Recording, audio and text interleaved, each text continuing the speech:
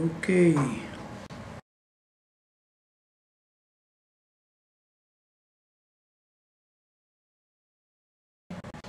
The page you have there, it says the means of knowledge are for the ego alone. That's what we left, right? Right. Mm-hmm. I found it. I found it. Okay. This thing about the ego is a very interesting topic that is brought about in society. You know, he's got a big ego, you know, and so on, ego-centeredness, you know, egoistic, and so on and so on and so on. And here in the tradition, ego means the sense of I, and then that sense of I that somehow owns up whatever it does. In other words, the activities are owned up by the ego. This sense of I, in Sanskrit, it's called ahankar. Ahankar means I am. Is that correct? Mm-hmm. I am. The I am notion, is that correct to say? And the I am, it's involved with the identification with the personality structures. Mm-hmm. The I am, you know, it's involved from the standpoint of the body, size, gender, and all that. And then, for example, the actions, every action that I do, the aim is there. I walk, I talk, like that. You know, for example, of the feelings, again, you know, the I am is placed there, which is manas and the mind. Mm-hmm. And then, for example, of the intellect, I decide, I know, I don't know, I am the ignorant one, I label myself. This I am then has many different faces.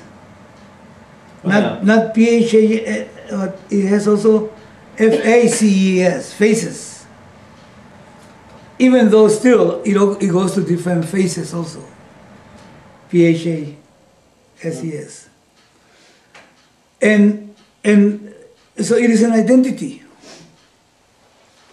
It's an identity.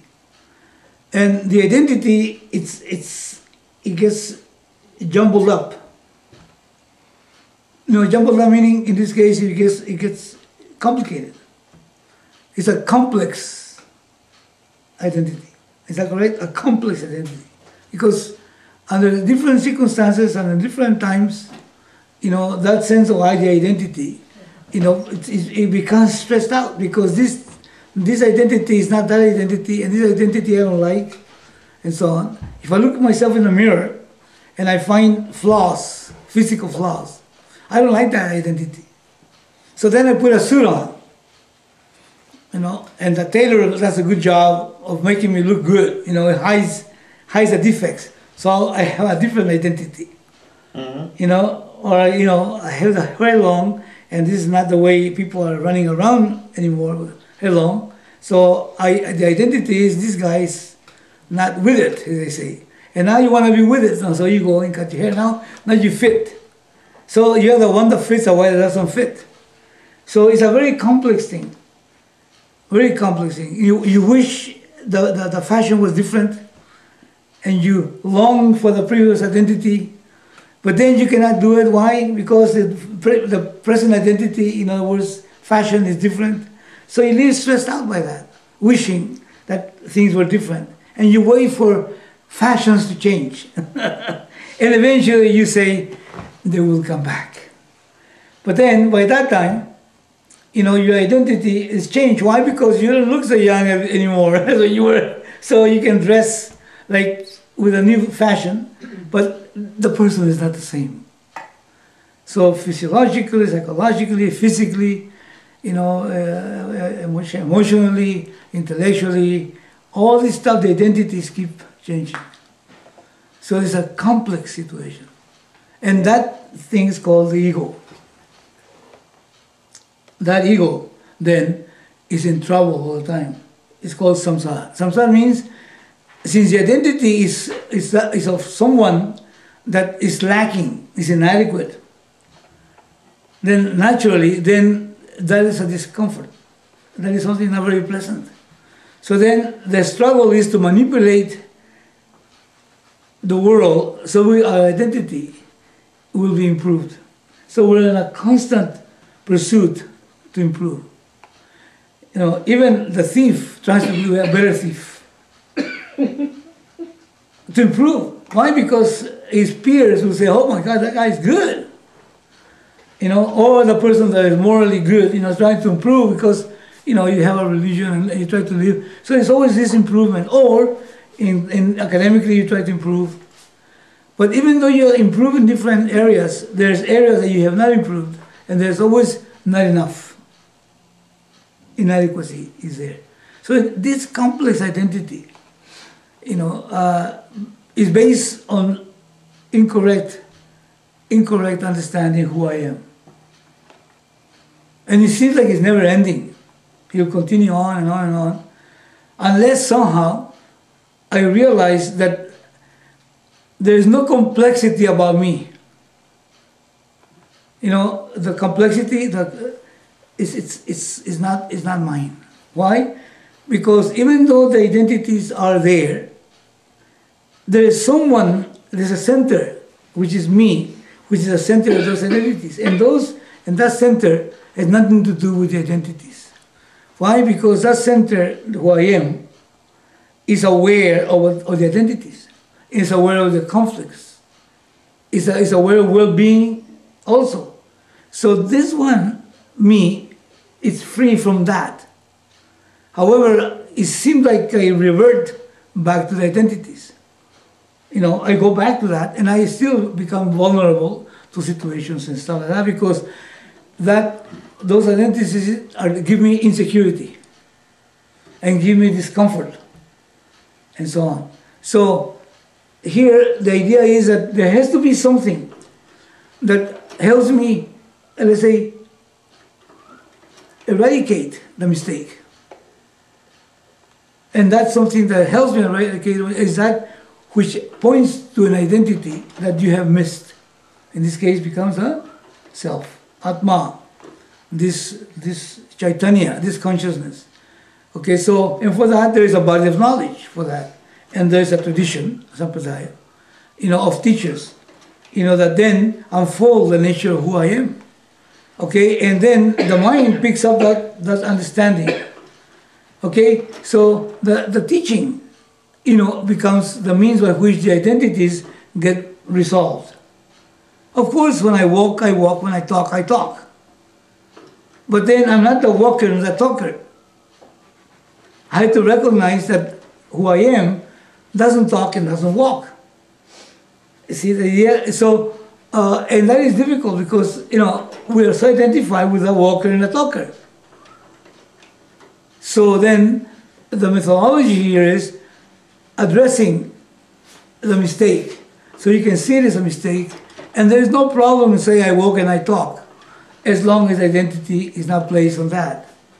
Because if it does, then as a walker, you're not a talker. As a talker, you're not a quiet one, and so on. So the I, you know, sometimes I talk, sometimes I walk, and when I talk, I get in trouble, and so on.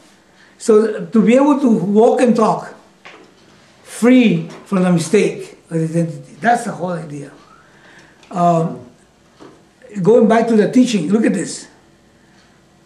You see, the identities are superimpositions upon the self.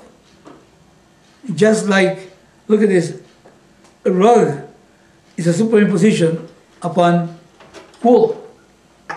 It's a superimposition. Now, when rug is there, wool is still there. As a matter of fact, rug is because wool is.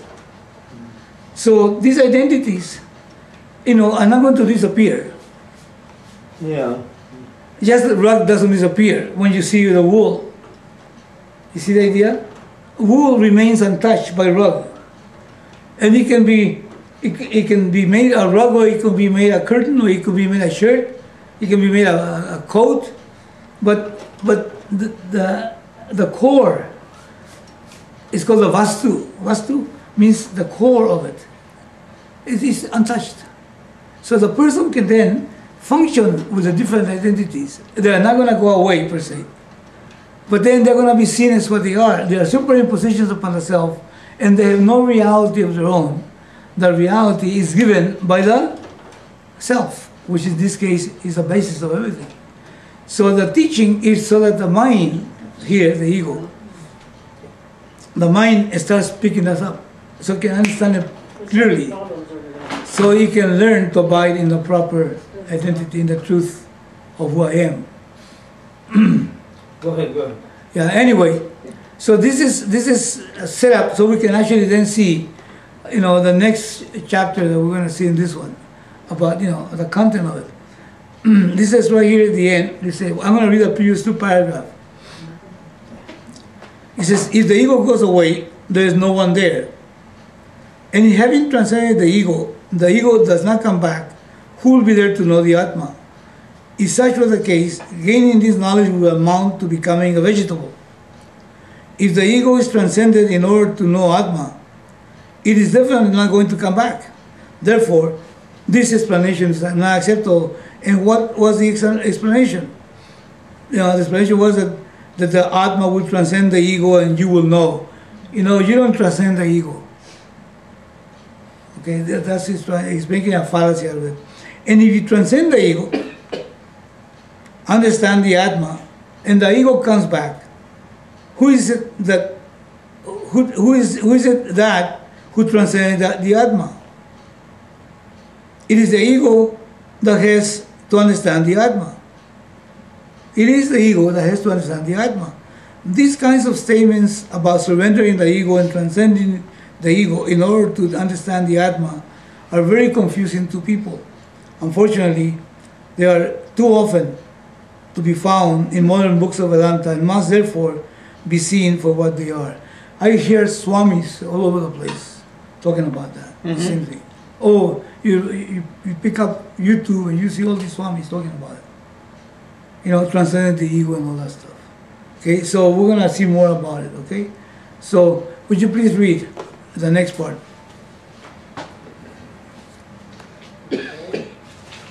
The means of knowledge. The means of knowledge. The means of knowledge are for the ego alone. In fact, the ego alone uses pramasa. The pramana. Pramana, the means of knowledge available, perception, inference, Inference. so on. The ego Ahankara. uses perception and analyzing the data gathered by perception, gains empirical understanding also. Thus perception and inference are in the hands of Ahankara. Akartâ, the ego, the kartâ, the subject who, wielding these 2 instruments of knowledge, perceives and infers. Okay, let's just put this has to be clear, I think, this. Unless it's very clear. Look at this. In fact, it is only the ego that uses the pramana. What is pramana in this case? It is a means of knowledge. Okay, and then, now, and what is this, they are available to the ego. Now look at this, please. Now watch. What are your means of knowledge available to you? Mind. Okay, that's one. But first than that is what? Knowledge. The mind cannot deal with anything unless there is perception. Is that correct? Right. Yeah. So perception, meaning the senses, give you information that the mind then processes. Is that correct? So here, that's a means of knowledge available to you, and so this means of knowledge is called pramana. Then he says the ego, ahankara, which is the self, the ego, uses perception. Now here is the perception. Watch this. Okay, now then it says analyzing the data gathered perception.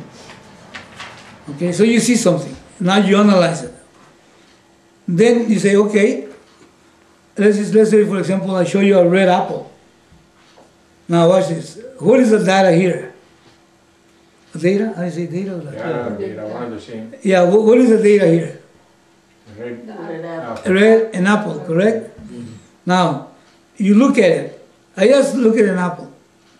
Now, there's data, and where does the data go? In the mind. To the mind. Okay, now there is a thought form. Okay, apple. But it doesn't come just as a form. There is also what? The redness of it, okay? Shape, The shape, and so on. the taste. Okay, and then he says, once you get the data, this is the ego, okay, then the person gains information understanding also, meaning, this must be coming from Washington. You see, infers. He came from Washington. He came from our next door neighbor in Oakland, you know. But still, there's inference. You know what inference? You can't conclusion. So this is the mechanism of it. So you get the information that comes to the senses, and then that information gets processed as data. Okay, and that data brings about the possibility of inference. Inference is a means of knowledge too. Is that correct? Because then you say, hey, then you tell me, hey, I saw an apple from Washington. Now, there was nothing says Washington in it. There was no, I didn't take this from Washington. I didn't say that. But you infer that it was from Washington. Why? Because Washington is known by its apples, period. Okay, like that. Okay, and red apples and all that kind of stuff. So anyway, so this is a process. Then he says, that's a means of knowledge, this is a pramana, inference. He says, then he says, thus, perception and inference are in the hands of who? Whose hands is this perception and inference? In me. I have that. That becomes instruments to me. And because the experience of what I see and I hear and I touch, and then the assumptions that I come to conclude that they are, all of those, they are mine. In other words, I own them. Is that correct? I own them. They're mine. They're for me. So the ahankara. So he says, they're in the hands of the ahankara. And he calls it the ego or the kartâ, which means what? The doer. You see, the ahankara, the ego, is a doer. Now, look at this. So the perception brings assumption, and the assumption brings a desire. I say, hey, I don't like apples from Washington. I like the ones that come out of someplace. Or I say, hey, where do you get that? Can I have it? What, to bite on it? So this ahankara then becomes the doer. I want to get it. Or tell you what, just toss it. Whatever. So the ahankara, the ego, wants to do something with it. So that's the doer. Who's that? Me. The doer, the kartâ. He says, and he says, the ego, the kartâ, the subject who wielding the two instruments of knowledge perceives and infers. Now, who's that kartâ? Who's the ego? Me. Yeah. Me. This is how this works. And we have to understand that. Now, then, continue on, please. A means of knowledge is always employed by a subject who is the kartâ. Is that true? Is that true? Seems like it. Says so. Yeah. You're wielding the means of knowledge. Go on, please.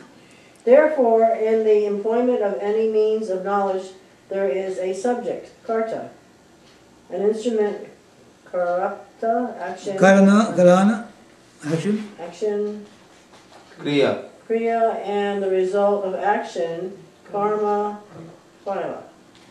Whether a piece of knowledge or an action produces a result or not, there is always a kartâ behind it. Okay. Is that clear? Mm-hmm. He's breaking it down. So we have a subject. The subject is me, the ego, which at the same time is a doer. Okay, then, therefore, there's a, in the employment of any means of knowledge, then it says there's a subject, and that's the kartâ, an instrument. Okay, there's one. The subject is akartâ, which is an instrument. That's the apple. And then we got karana. No.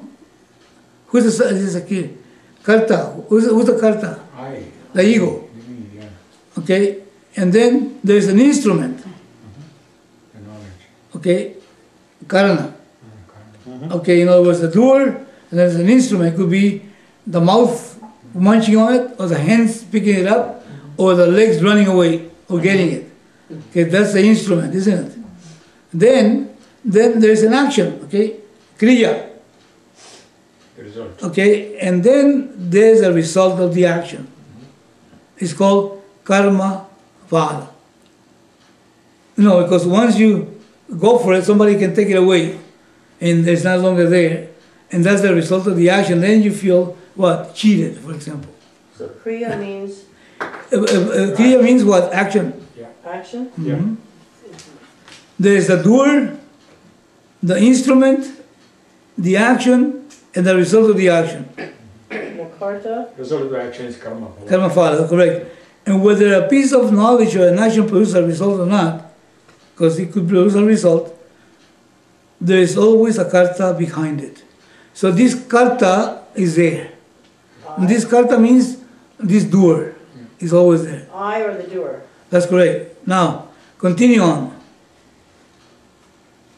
Perception and inference wielded by the ego are not going to help you know âtmâ, because âtmâ is the very essence of the ego. Âtmâ is that which is behind the ego, meaning it is the truth of the ego. How then is the âtmâ to be known? This is where agama, pramana, revelation in the form of words, Shabda. that's words, comes in. When sabda is the pranana, the means of knowledge, the ego does not do anything. What happens is that sabda creates a thought, a vritti, showing you that you are the âtmâ, that is Brahman, and not the ego. The consciousness is âtmâ, which is limitless, is you. This is the teaching, the Upadesha. and it removes your ignorance of yourself. Okay. Now here's another Breakdown. breakdown. Okay, another breakdown. So what happens? Okay, now the ego wields the perception and the inference. Wield. You know what that means? Wield. Like I wield the camera. I use the camera. I wield the stick. I wield the bat. I wield the ball. You see what I'm talking about? I make use of it. You see that I am the one that controls it. Is that correct? So I am the wielder. I am the wielder of my organs of action. I wield the voice. I wield my legs. I wield my hands. Not W-I-L-L. It's W-I-E-L-D. Okay, so it says perception and inference, which is wielded by the ego. Okay, now look at this. The ego is wielding that. Okay, are not going to help you know âtmâ.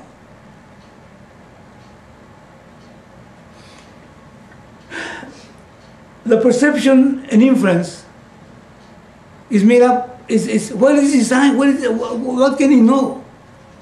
What can it know? Because it's a means of knowledge. Perception is a means of knowledge. Inference is a means of knowledge. What kind of knowledge can you get? What is it designed for? When you have an inference about anything, when you make a conclusion about anything, now you know that it didn't come from Washington. Why? Because then you see a little thing that identifies it and not from Washington. They will make apples like that. Okay? So now you have knowledge, isn't it? Not only you saw the apple, but now you created a what? An inference about it, conclusion about it. But then, look at this. These are objects. Your inference and perception the range or the scope is only to know things other than themselves. I'm talking about here, the ego is the subject, isn't it? Okay, and he wields these instruments of understanding or knowledge, which is influence and perception. And he can only have access to know things which are distinct from itself. However, since it is a subject, the ego is a subject. Is that correct? Okay, even though he has access to objects, any objects he can create, it doesn't have access to know itself. Just like your eyes are the subject because of which objects are perceived. You can perceive objects through your eyes, but you cannot see your own eyes. That's the argument that he's bringing. Because people don't know this particular process, don't understand it. Then they think that by meditating, by doing good deeds, by rituals and ceremonies, by repeating over and over and over and over again something, that they're going to know the self. And who is doing that? The ego. The ego. But the ego doesn't get to know itself. The ego cannot, it creates conditions in a mind, yes. Okay? From an agitated mind you can create a what? A quiet mind. Okay? Now that is a phala, the result, karma phala. The result of the action of meditating or chanting or something. Alright? And you feel, or you go to a temple and so you feel so good and so on. Or you see a wise person that is so loving and he feels so good and he actually made me come home, kind of a thing. But that experience is of the ego, okay? And it's a creation that has beginning and end. And the ego is trying to create something that is limitless. And the limitless cannot be created because, limitless is limitless. There's nothing else besides that. So the limited cannot create the limitless. So the ego cannot do it. The subject cannot see itself. So there he says, not going to know. This is, are not going to, will the ego are not going to help you know âtmâ. Why? Because âtmâ is the very essence of the ego. âtmâ, o sea, what is âtmâ? Me, the self, is that which is behind the ego. Now listen to the words. When you say behind the ego, what does it mean?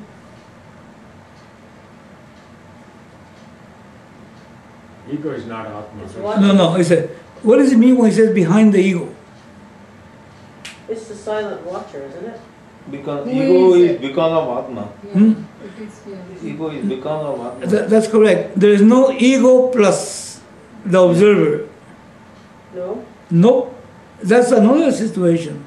Now we tend to see the ego and then the one that observes the ego. And this is true, this is not true. Wait a second. What is the ego? Sense of I. No. The ego is the self. So, listen, look at this please. Look at how the fallacy of this. Is the wool behind the rug? Literally, in other words. It is. No, it is not. It is, yeah. The one and same. It's the same. Okay, the rug is the wool. It's because of the wool. However, look at this please. The rug is the wool and the wool is the rug. Is that true? No. No. Wool is not. Okay. The wool is not. The rug is wool, but wool is not rug. Right. And the rug is not somewhere watching the rug. The wool is not somewhere watching the rug. It is a very basis of the rug, the wool. So when it says behind the ego, it doesn't mean, ego here and then behind it No is the separation. self. No. There is no separation. He's saying behind the ego, meaning it is the very content of the ego. So the self is the ego then? No. No. No. Look at this please again. look at this, is wool rug? No, why not? Part of the rug. Huh? It makes up the rug. Okay, so but is a wool rug? No. Okay, is a rug wool? Yes. Okay, so now you have your body, mind, intellect, all your instruments of knowledge, right? Listen now. So those have a reality, just like the rug. They are like the rug. Okay, where is the self? Okay, that's the ego. Where is the self? Where is âtmâ? Âtmâ is the body. âtmâ is the mind and the thoughts. âtmâ is, this is the content. Is the ideas and the knowledge. And âtmâ is the idea of me, the ahankara also. Ahankara is a thought. Ahankara is a thought modification. It's a thought. So the truth of it is the self. Now watch. Since the self is a subject of the whole thing, okay, the ego is the self. However, look at this, please. The ego cannot see itself with this means of knowledge. Because just like the eyes cannot see themselves. So in the same way, the ego cannot see itself, and nothing that the ego does will produce a self. Nothing. Okay, why? Because actions have particular effects. They can change something, okay? They can convert something into something else. They can, eliminate it, for example, and so on. Actions can only, but they cannot recognize the self. It's impossible. And anything that comes out of an action is limited. And it will not produce a limitless. If the ego is trying to find limitlessness in himself, it is impossible. Why? Because its scope of action is very, very limited. And his instruments are also very limited. Now, then he says, so he says,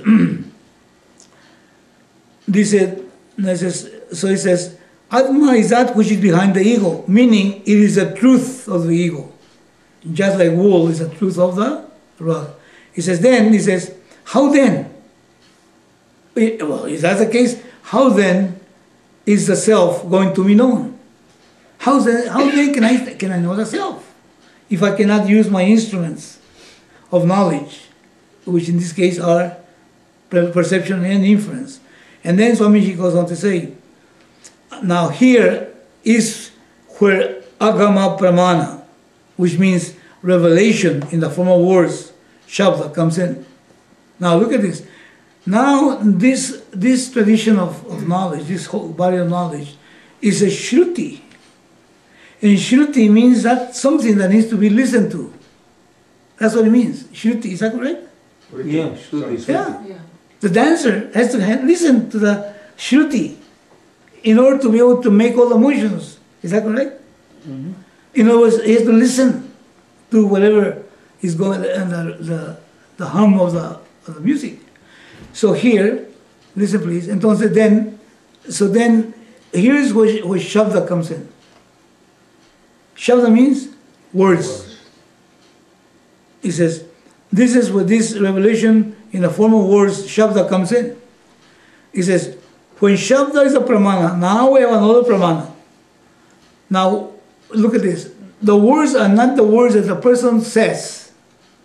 Is the words that are said to the person. You see the idea? It's not because you talk, then you come to know. Mm-hmm. Because again, it's the ego talking, isn't it? But now we have a means that is external. Words that are coming to your ears and they're being processed by the mind. Okay, but they're words presented in such a way that reveal the truth of the self. And words can do that. Words can reveal a fact. And then a fact that is unknown to you can be revealed. Does anybody remember the story of the person? He said when Swamiji was, in this retreat, teaching Vedanta. Remember that one? And then at the end of the whole period, there was these people he was with, and there was one person that was there that at the end came to thank him for the talks and all that. He was up there in Rishikesh someplace, I think.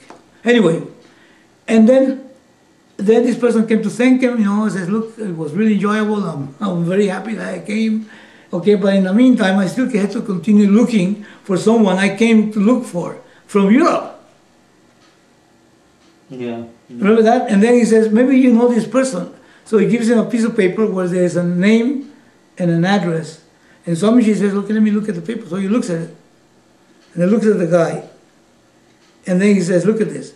That Swami Dayananda is this Swami Dayananda. Shabda. Through worlds. This guy here used all his instruments of knowledge. He slept next to him, the same room. He ate with him. He walked with him. He listened to him for weeks or days. And even though he was experiencing Swamiji, in other words, everything was there. This is a great man, my God, this is amazing what he's saying, oh my God, this and that and so on. He didn't know that he was the person he was looking for. But words revealed, simple words revealed what it was. Now the guy wanted to know. He wanted to know. And he presented the question. And then the teacher was, the person was there and said, hey, wait a minute, that Swami Dayananda is me. That took away the ignorance. So in the same way here, Shabda comes in. He said, when Shabda is a pramana, in other words, which means a means of knowledge, the ego does not do anything. Look at this, please. What did this person have to do in order to know that he was Swami Dayananda? Just listen. Although he had a means to see him.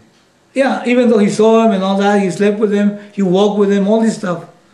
He shouldn't know, you thought, well, after all that, he shouldn't know he's Swami Dayananda. No, he was assuming he was somebody. Of course, he was in front of him, but he didn't know who he was. So all these practices that people do, if they are not based on the correct context, they become, you die and you end up in the same place as you were before. Now you got a whole lot of experiences.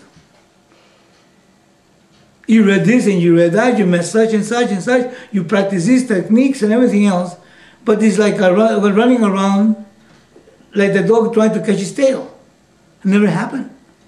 And of course now you feel, of course something happens, of course, you become subtler and all that. Meditation makes you a little bit more nice. Your wife appreciates that and so on. You become more focused. Okay, that's good. But self-knowledge doesn't take place. It cannot. It's impossible. So you need an external means of knowledge, which is Shabda. Shabda means words. Now, and then the words have to be handled in a particular way. There's a methodology for it. And the methodology is only the purpose of revealing the truth. But then you have another thing. There's a factor that is your mind. And if your mind is committed to a particular way of thinking, even though the knowledge is being unfolded, the mind cannot pick it up. Like in this case, you want to go to, what do you call this, high mathematics, for example. You don't have preparation for high mathematics. You don't even know if 7 plus 8, is 18. You have to actually have arithmetic, and then have to have mathematics, and then you have to have algebra and so on to be able to have access, to that particular knowledge of high mathematics.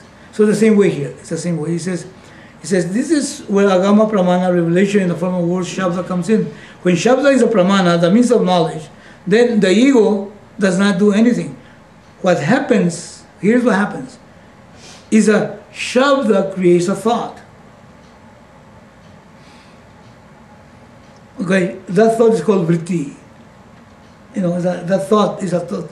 Shabda creates, the words create a thought. Okay, showing you that you are the âtmâ, that is Brahman. You are that self, which is a whole, and not the ego. Now, the consciousness that âtmâ is, which is limitless, is you. This is the teaching, the Upadesha. And what it does, it removes your ignorance of yourself. Just like this fella, through Shabda, he removed the ignorance of who Swamiji was, the person that he had been with.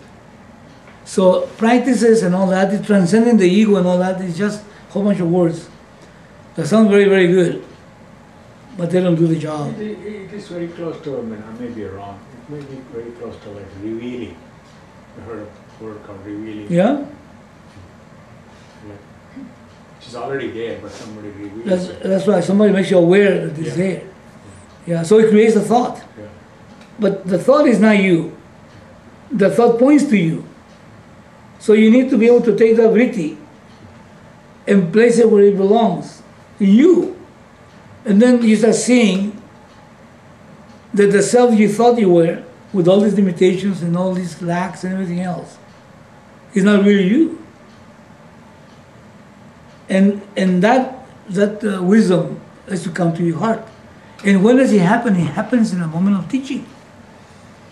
And then for that there has to be some degree of preparation of the mind. And then even though the teaching has been unfolded, the mind might want to revert back. And that is why it's also a means by which then the person starts living a life to own up that knowledge. Becomes committed to it because, oh my God, this is who I am. And that is why a guru will tell you, live to the glory of who you are. But you better tell him that once the person has already been unfolded who he is, or revealed who he is. Because if I tell you, live to the glory of who you are, of course, then you say, well, if you only knew where I am, identifying with a limited me. But if the teacher says, better live to the glory of yourself, then this fellow better know what self he's talking about. So there is no distance between the ego and the self. That's correct. The ego is a self. But then the sense of kartâ ends. Right. The I am the kartâ ends. Even though the kartâ continues. Is that correct? Rock continues. Now we know it's wool. But the rock continues. It's like a shadow on the person. That's correct. This is the point of this one. So here, what took place then, look at this. What took place was that I died to my error. I died to my... Died to my mistake. Yeah. My mistake is gone. Removed. It's removed completely. Yes. That's why very appropriately it says is a agama pramana. The word agama, gama means go or agama is coming to you. That is coming to me. That's why it is agama. That's why I said originally, also it's not that, it's not my words, that the words has come to me. Come to me. Yeah. That's why it is agama. Agama pramana. The words that come to me. You see, I didn't know the significance, the meaning of the word agama. But you need to see that they are the words that come to me from a person that knows. First of all, he's got two qualifications. One, he has to be Kshatriya, someone that is versed in the Shastra and the methodology of teaching. And not only that, the person is a Brahmanishta, someone that is, what does the word Nishta mean?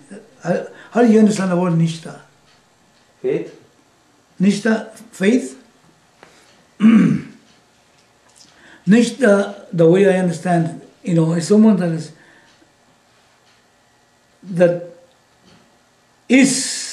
Established. Established. Yeah.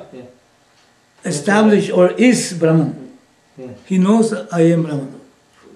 In other words, when you're in front of someone that has that knowledge, then that is why the people call him Bhagavan.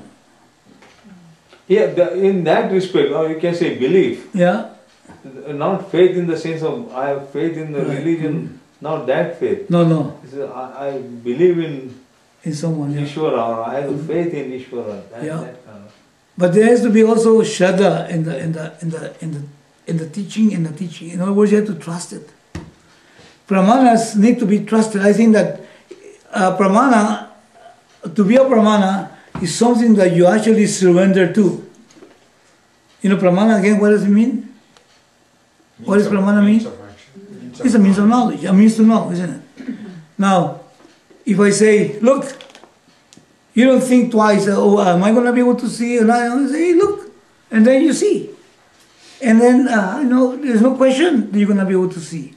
Why? Because you trust your pramana. What is the pramana? The eyes. And I say, look, taste it. I say, well, I don't know if I'm going to be able to taste it. No, you taste it, and that's it. It's a trust. You surrender to the pramana. So in the same way, you know, you have to have trust in the pramana that comes to you, agama, pramana. And for that, there has to be a relationship that is created. Okay, a relationship that is created between you and the means of knowledge, and the wielder of this means of knowledge, and the tradition from which it comes. And then you have to recognize that it's Ishvara's Srishti. It is a tradition comes from Ishvara himself. So there has to be some reverence. Not that the person needs to be revered. No one is, a person that is established in the self does not need to be revered. You understand what revered? Yeah. Worship? Yeah. The person that is receiving the pramana needs to be reverent to that person. You know what I'm talking about? Mm-hmm. It has to be reverent to that person. Like if I'm going to ask for a loan, you know, the guy is securing himself and all that. He doesn't have to come over and say, hello, Mr. Such and Such, and this and that. No, he doesn't have no problem. But you better go and say, hello, Mr. Such and Such. You know, be courteous to the fella, you know, and he wields the money. he's got the credit power to give you the credit. So even when you think about it, I'm gonna go see Mr. Such and Such, you know, so you get the best clothes on. Is that right? You make sure that your hair is cut more or less and so on, and take a nice shower. And then the appointment was for 9 o'clock. You try to get there 10 minutes before. I said, what do you do that for that guy? What the hell? He's just another guy that gets up in the morning like you. Yeah, but he wills something that I want. Which is the possibility for me to resolve my financial problem. So here is a person already discerned the problem. And he already discerned that these pramanas that I have are not going to do it. And then there is someone out there that might be able to wield what I want. You know, and you never know if that person actually will be able to do it. You never really know. But somehow you have to actually trust that. And you give the teacher or the teaching a benefit of the doubt. And you surrender to it. Not that you go out there and do whatever he wants and this and that. That's another problem. Many gurus take advantage of their students, quote-unquote gurus. Because they have to surrender to me and this and that. Therefore, you know, give me. Or lift me and carry me and so on, that kind of stuff. You know, surrender means in this case to understand, I really don't know, and there's someone here that might know, and there's a tradition of knowledge that seems to be coming through ages and ages and ages. And it seems to be a work for so many people. So I pray, say, Lord, protect us, so that this can take place. So here the prayer, Sahana Bhavatu, is a prayer of surrender. The teacher surrenders, and the student surrenders too. Mm-hmm. And surrenders to what?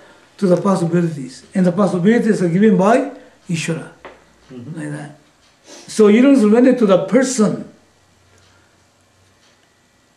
You surrender to what? To the possibilities. And the possibilities are available there and because of Ishvara. So a person has Shraddha. Shraddha means faith or trust. You know, can have a possibility. There is a qualification. Without that Shraddha, this knowledge cannot take place. And not that the person demands respect or veneration, but the student requires respect and veneration to the pramana and to the one that wields it in the tradition, sampradaya. This is very, very interesting. And some people have problems, you know. It is easy, especially in the Western society. I'm not going to surrender to anybody. I'm just, individuals and this and that. But if you understand it properly, you say, wait a minute, it makes sense.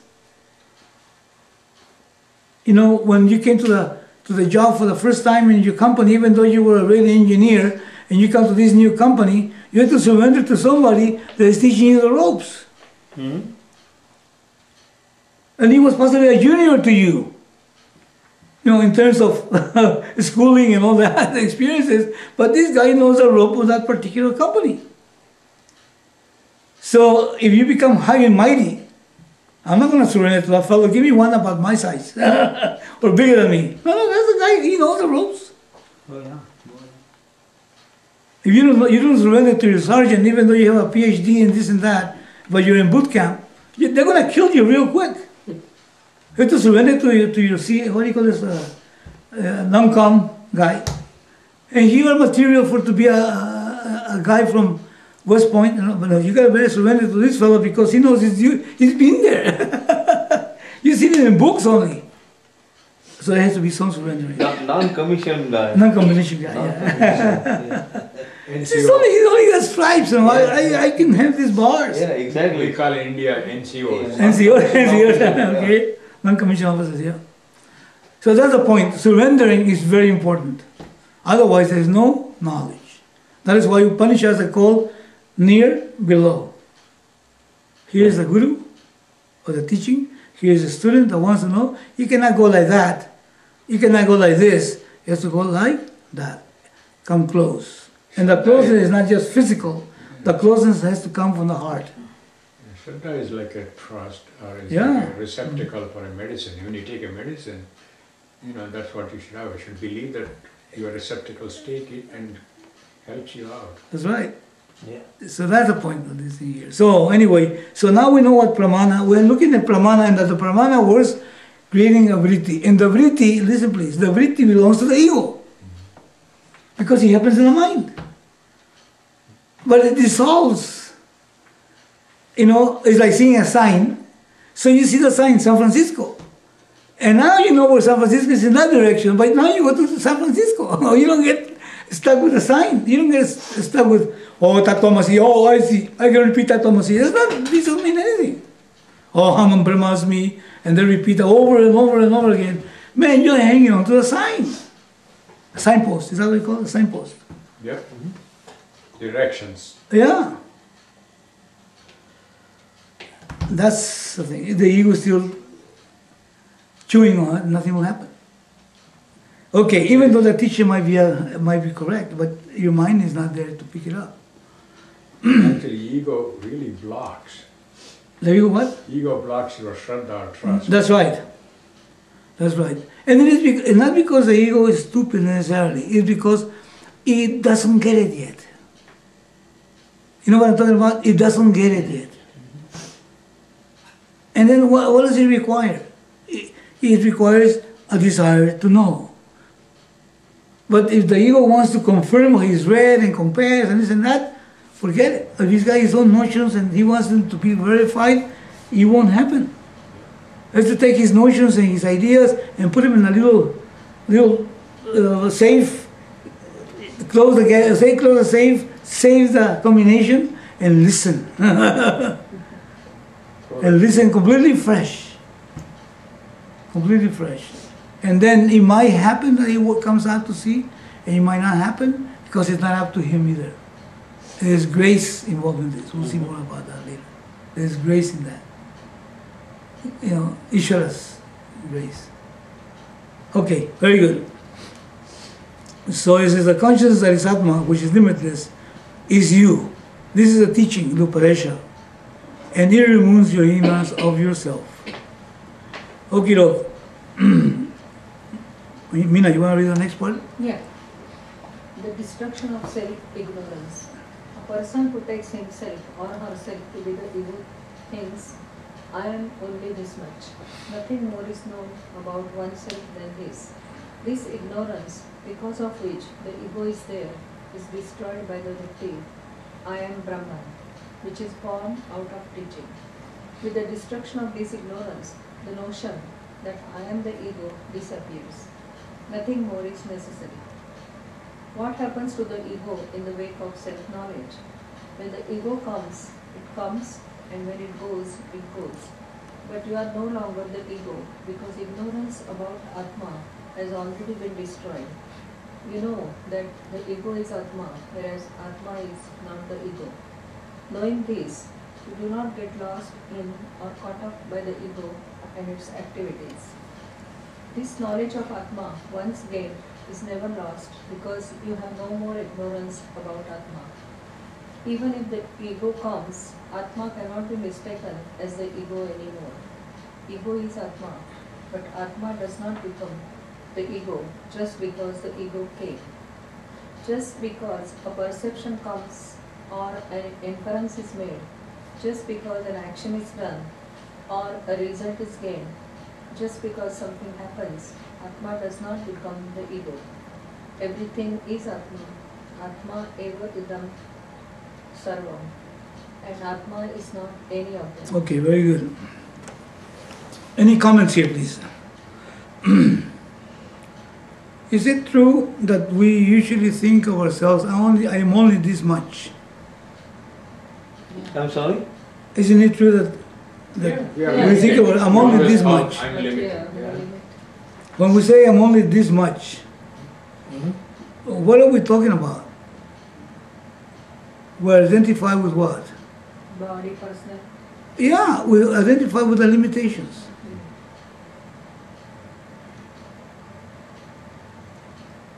That's the thing. So that is because I don't know who I am. But then I assume that the me that I take myself to be is real. That I am that limited person. I said, now this ignorance, okay, because of which the ego is there, is destroyed by the vritti, I am Brahman. The vritti itself is destroyed, destroys the ego, this ignorance. It's like turning the light on in a dark room. He says, and where is this I am Brahman come from? It comes from the teaching. The teaching unfolds that. He says, with the destruction of this ignorance, the notion that I am the ego disappears. Nothing more is necessary. In other words, there's no more adding to it or taking away from it. But then he's making another point. Does the ego, when it disappears, does it go away completely? So what happened now to the knowledge? To the fact that you are Brahman? You see, because if we have been unfolded the fact that we are Brahman, does the ego come? Has the ego come back? Yeah. It's like we revert back to it. Does it mean that you stop being Brahman? No. It's always there. You see, even though the ego does come back, he's saying right here. Yeah. He says, what happens to the ego in the wake of the knowledge? When the ego comes, it comes, and when it goes. But you're no longer the ego. You are no longer the ego because ignorance about the âtmâ has already been destroyed. The vritti has been created and it destroys the ignorance about yourself. He says, you know that the ego is âtmâ. Is it true that do you know that the ego is âtmâ? Yeah. Is it clear that the ego is âtmâ? Yeah. Yeah. Like, Wool. Feather of, yeah. that's right. Wave on the water. Is that true? Now look at this. You have a body and a mind and an intellect. That is the ego, and that says I am. But then what gives existence to that? What gives it, what makes it shine? What makes it be? What makes the rock be? Wool. Okay, well, âtmâ makes the ego be. So the ego is âtmâ. You know that. Mm-hmm. But then, it says right here, whereas âtmâ is not the ego. You are not the ego. The ego is you. Because it is. There is existence in it, isn't it? Isn't there existence in the ego? Yeah. The ego is there, Yeah. feelings are there, knowledge is there, sense of kartâ is there. All of this, they have a being, they are existing. I mean, they are not the reality, but they are not non-existent. They're there. Is that correct? Mhm. But then what gives it existence? Do they exist by themselves? Does the mind and body and senses and the sense of being the doer, is it independent? Do they have an independent reality? Is that because of themselves? No, the self. No. I mean, they have a reality based on the reality. The reality which is âtmâ, Chaitanya, this consciousness, Consciousness. gives them reality. So they are not real, but they are not unreal because they're there. So what is it? What are they? Apparently real. Is that correct? Apparently real. Just like rug is apparently real. What is the rug owes reality? To wool. So wool is satyam, sat, that which is pure existence. And that satyam gives permission to the rug to be. So the satya of the rug is due to the satyam, which is the truth. Mhm. Now, but then the reality of the rug is dependent upon the reality of wool. So it is, a rug is not there. A rug is not the reality. It appears as real because of the presence of the reality. Yeah. So that appearance is called mithya. So now you know you are Brahman. The vritti is being created. So, I am Brahman. I am the whole. But then the ego is there.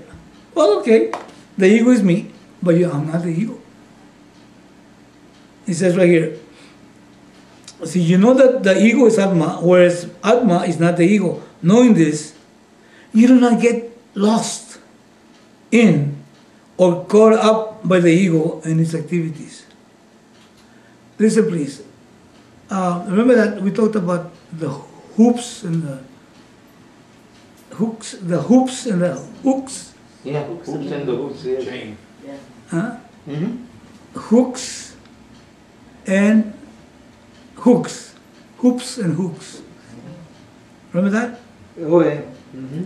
Now, when I think I am the kartâ, the ego, then this mind becomes like a hook. And everything out there becomes what? A hoop. And then this hook, me, the mind, this ego, wants to hook up with those hoops. And it becomes hooked up in such a way that then it cannot release itself. Because the ego, in other words, the hook, is like this. So therefore, in every relationship you have, it's a relationship of struggle. It's okay to hook up for a little bit, but then you become, what, tired of it. The thing changes and all of a sudden you say, oh my God, what did I do?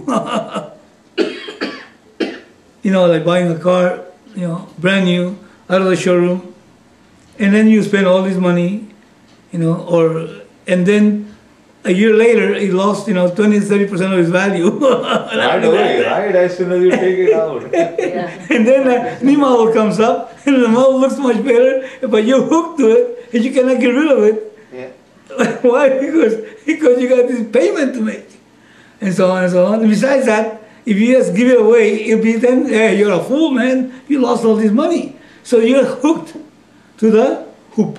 Now, here he's talking about someone who now knows, aham brahmasmi, I am that Brahman. The ego is still there.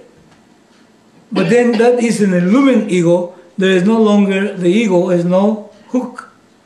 So therefore, even though there's a whole lot of hoops out there, it doesn't get hung. It uses the hoops. It has contact with the hoops, but it does not get hooked by them. It's called master. It's called Swami. And he doesn't have to be dressed in a particular way, long beard, talking in a particular way, no Sanskrit. He doesn't know all that stuff. Just a person that is free. It's called moksha. It's called jivan mukta. Someone that is walking around life, and this mistake has been completely wiped out. Let's suppose he comes back every once in a while, right? Because he can come back, isn't it? Because the patterns of the past are still, in other words, it's called the proclivities, the vasanas, you can call them, the seeds of the past are fructifying, are manifesting again. That's why it says, this knowledge of âtmâ once gained is never lost because you have no more ignorance about âtmâ. Look at this, please. When you have unfolded this knowledge, now you got a problem. Now you know that you are âtmâ. You cannot get rid of it. Yeah. Okay? Because once you know something, then, you know it.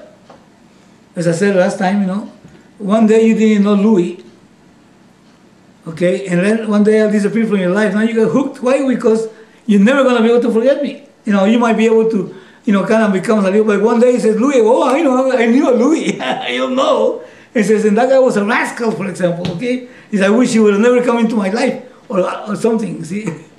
Now you're stuck without understanding or knowledge. So once you know âtmâ, then it never goes away, the knowledge, who you are. However, he says, even if the ego comes, meaning what? A hook starts developing, okay? âtmâ cannot be mistaken as the ego anymore. In other words, I am not hooked. It is the ego that's hooked. Okay, it says ego is âtmâ, but âtmâ does not become the ego just because the ego came. Just because a perception comes or an inference is made. In other words, I see the apple, and I like the apple. As a matter of fact, I think it is. As a matter of fact, why did you show me the apple in the first place? Or whatever. I'm thankful because you showed me an apple. Ego is there, isn't it? There's someone. There's a hankar right there.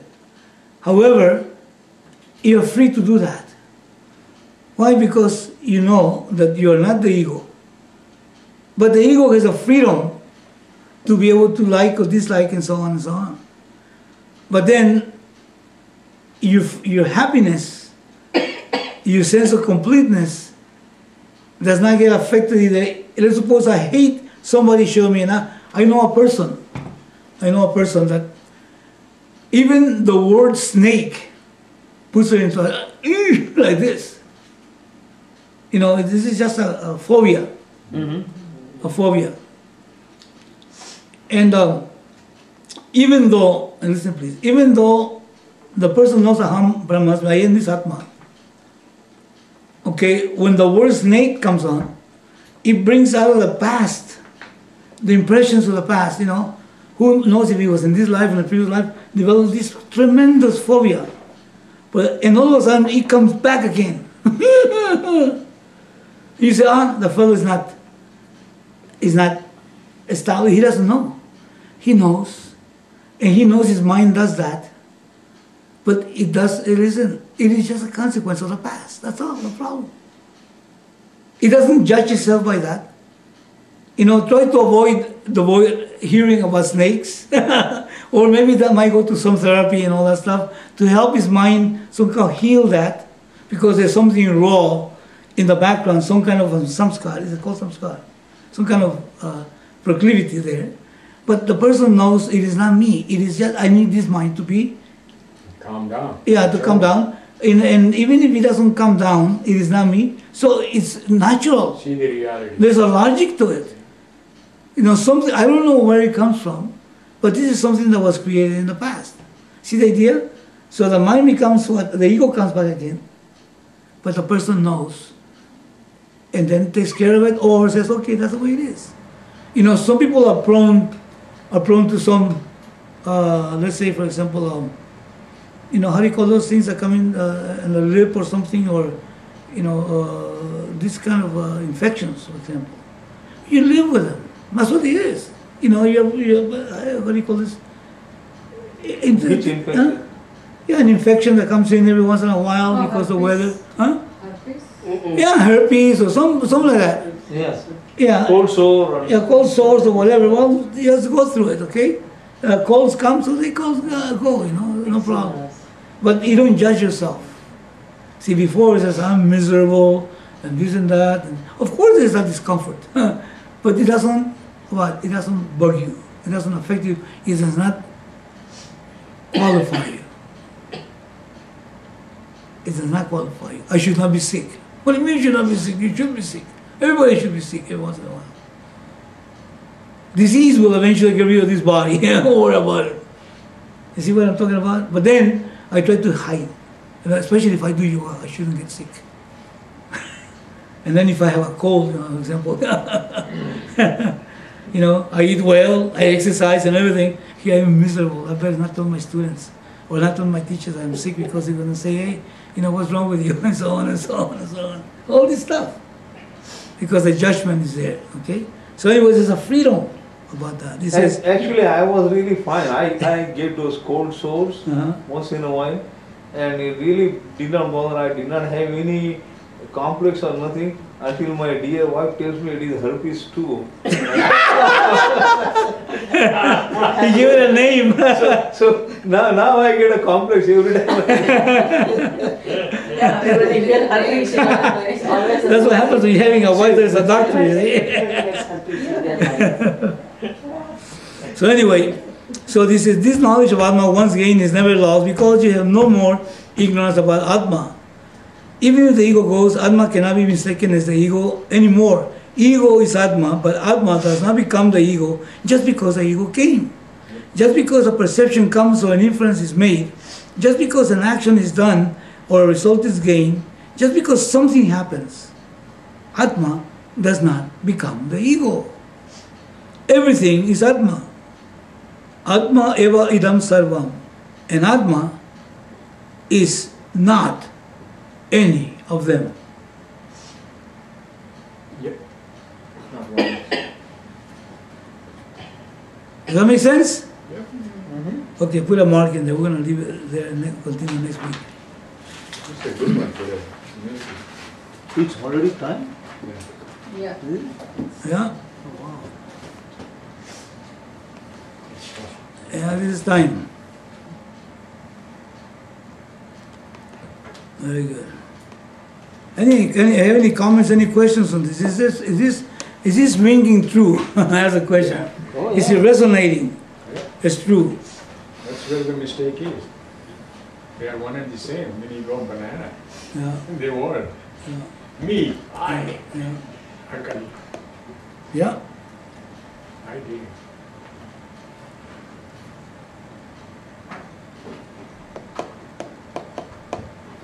Okay.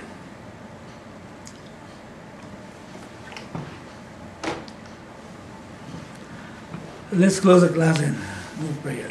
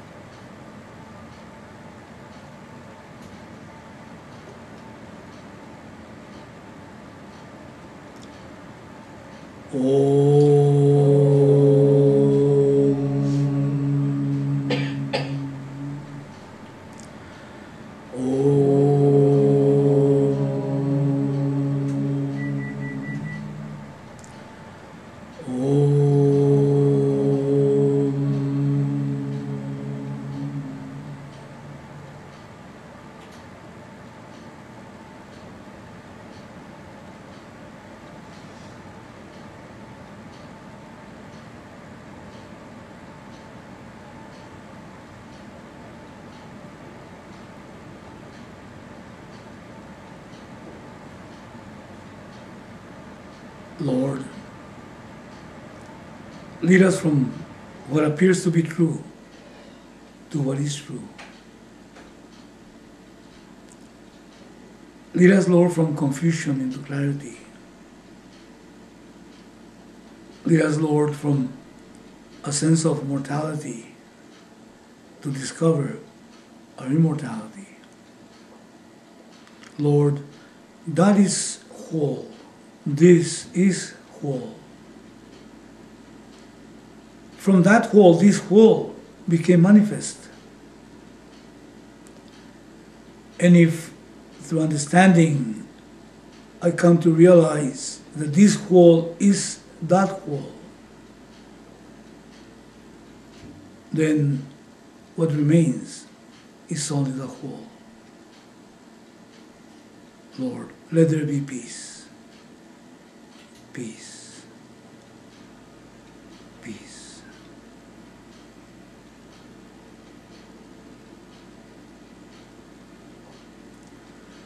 Om asatoma satgamaya tamasoma jyotirgamaya mrityoma amritam gamaya.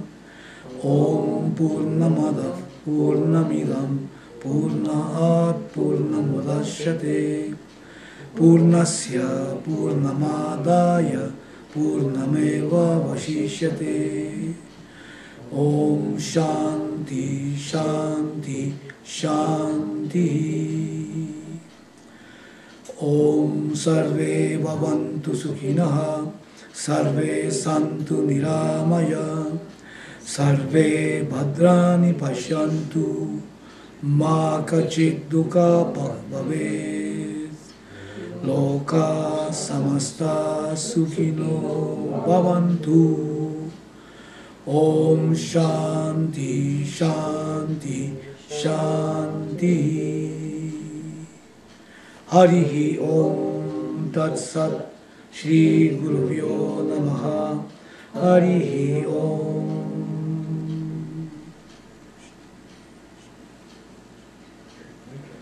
Thank you. Excellent. Okay, good.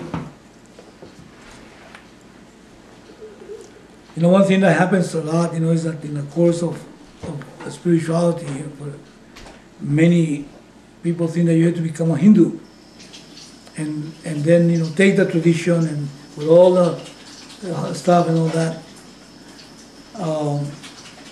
If that is the case, then this knowledge is not necessarily appropriate, because to take different ropes and different robes and different attitudes and so on. Yeah. I mean, it is good in a sense to understand the culture and the tradition, but to try to live by that, and even though you were not born in it, it's not, doesn't work, because what it is the ego becomes crystallized. Yeah. Yeah, and that's the problem. That is true for any religion, Yeah. convert to something to learn how. Yeah. I've always heard that you have to be born Hindu, you can't become one. That's a different issue. We can talk about Yeah. Okay. that. Is But many people try to take the that, yeah. It's a culture. You can't become a culture, you were sometimes born in it. that's not very well. That's not really the way everybody says.